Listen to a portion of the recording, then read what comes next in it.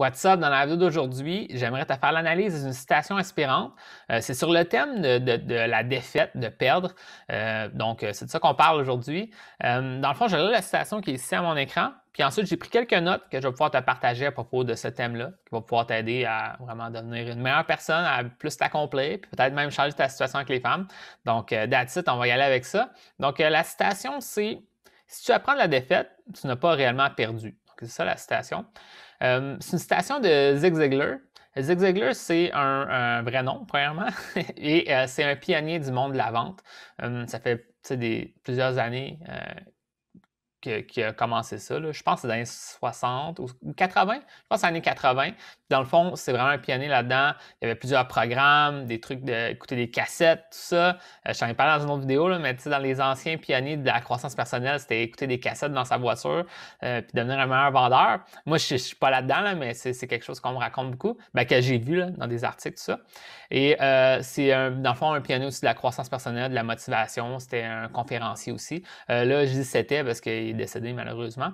Et dans le fond, là, cette citation-là, si tu apprends la défaite, tu n'as pas réellement perdu, ben c'est très intéressant parce que c'est sûr et certain que lui, il devait souvent amener des concepts de motivation dans ses formations de vente. Pourquoi? Parce que, tu sais, la vente, c'est un peu comme une sorte de persuasion, évidemment. Et dans la persuasion, bon, ça pourrait être aussi ce qu'on pourrait appeler la séduction, ou tu sais, aller parler à une femme, puis tu sais, essayer de montrer ton intérêt, te montrer à ton meilleur jour. Donc, il y a des liens là, entre la vente, puis la persuasion, puis le monde des rencontres, tout ça, tu sais. Puis, tu sais, en vente, une des affaires, des fois, c'est que c'est intéressant de savoir quoi faire ou dans certaines situations, comment réagir ou, tu sais, etc. Mais qu'est-ce qui va faire que tu vas devenir vraiment quelqu'un de bon en vente? C'est que tu es capable de garder le cap et d'avoir un bon état d'esprit positif. Parce que tu avais beau te faire dire que tu dois être enthousiaste, positif, en te faisant dire non plusieurs fois de suite, par exemple, parce que c'est le hasard des choses, tu rencontres des gens qui ne sont pas intéressés par ton produit, bien, ça se peut que tu deviennes très déprimé, que tu deviennes pessimiste, que tu deviennes justement pressé pour tu sautes des étapes pour essayer de te rendre à la vente plus rapidement, ou tu parles à des gens que tu ne devrais pas parler parce que tu veux absolument faire une vente, ce genre de trucs-là. Donc, tu sais, Zig Ziglar, ben, il y avait beaucoup de principes de motivation au niveau, tu sais, justement, de garder son état d'esprit positif. Puis ça, ben, c'est un peu ça qu'on parle dans la citation que tu es en train de voir à l'écran.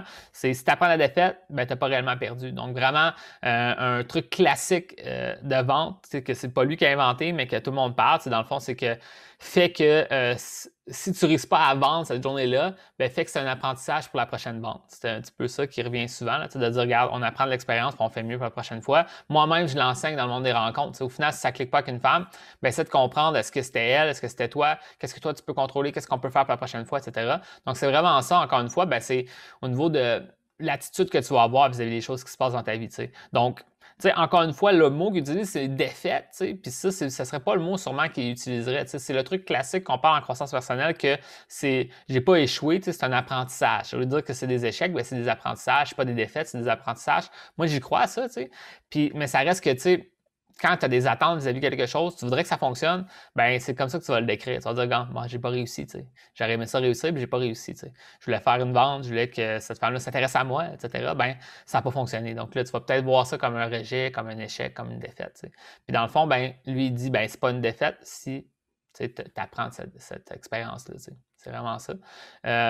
Fait que c'est vraiment ça. Tu sais, ce que je peux dire, c'est le monde de la croissance personnelle en général, ou de la motivation, toutes ces affaires-là, les conférenciers, ben, la chose principale qu'une personne dans ce domaine-là va faire, c'est essayer de te faire voir les choses différemment. T'sais.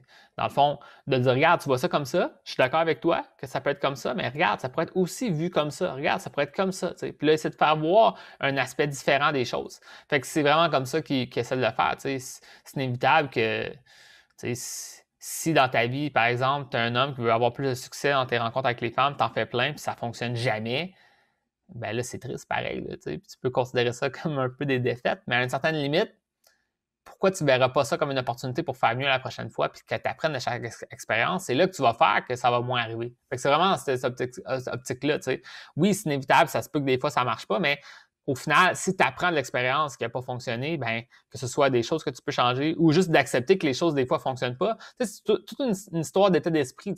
L'objectif, c'est pas que ça marche à chaque fois. C'est juste que de garder ton état d'esprit positif, peu importe ce qui arrive. C'est ça vraiment l'essence, je pense, de cette situation-là. Donc, un peu ce que j'ai parlé dans d'autres vidéos, tu sais, la résilience émotionnelle, tu sais, c'est d'être capable de te relever et de persévérer dans les situations. C'est ça qui va faire que tu vas vraiment devenir une bonne personne et que tu vas vraiment pouvoir t'épanouir dans le futur. Donc, au lieu d'être totalement déprimé et de laisser tomber un projet, tu te dis, gars, c'est quoi qui était en mon contrôle? C'est quoi qui n'était pas en mon contrôle? Qu'est-ce que je peux apprendre de l'expérience? Puis, bon, je me relève puis je continue. Tu sais. C'est ça qui va faire vraiment une différence. Donc, vraiment ça. J'ai écrit justement, tu sais, en vivant plus d'expérience, ben, tu vas accumuler de la sagesse. C'est vraiment ça. T'sais. La sagesse, c'est, avec l'expérience, tu sais à quoi t'attendre pour le futur pour certaines situations. Puis tu vas être moins, tu vas moins te faire des fausses attentes pour certaines situations aussi. T'sais. Fait que c'est pas mal ça que je voulais parler dans la vidéo d'aujourd'hui. Donc, je la répète, la citation, c'est si tu apprends de la défaite, tu n'as pas réellement perdu. Donc, c'est ça. Donc, that's it. Maintenant, ben, si tu aimé ça, cool. Tu peux mettre un petit like, un petit commentaire. Maintenant, si tu aimerais ça qu'on travaille ensemble, que je t'aide avec ta situation, ben, j'ai un programme de coaching en accompagnement. Tu viendras me voir. On pourra s'en parler. Puis sur ça, ben, je te dis bonne chance avec tout ça.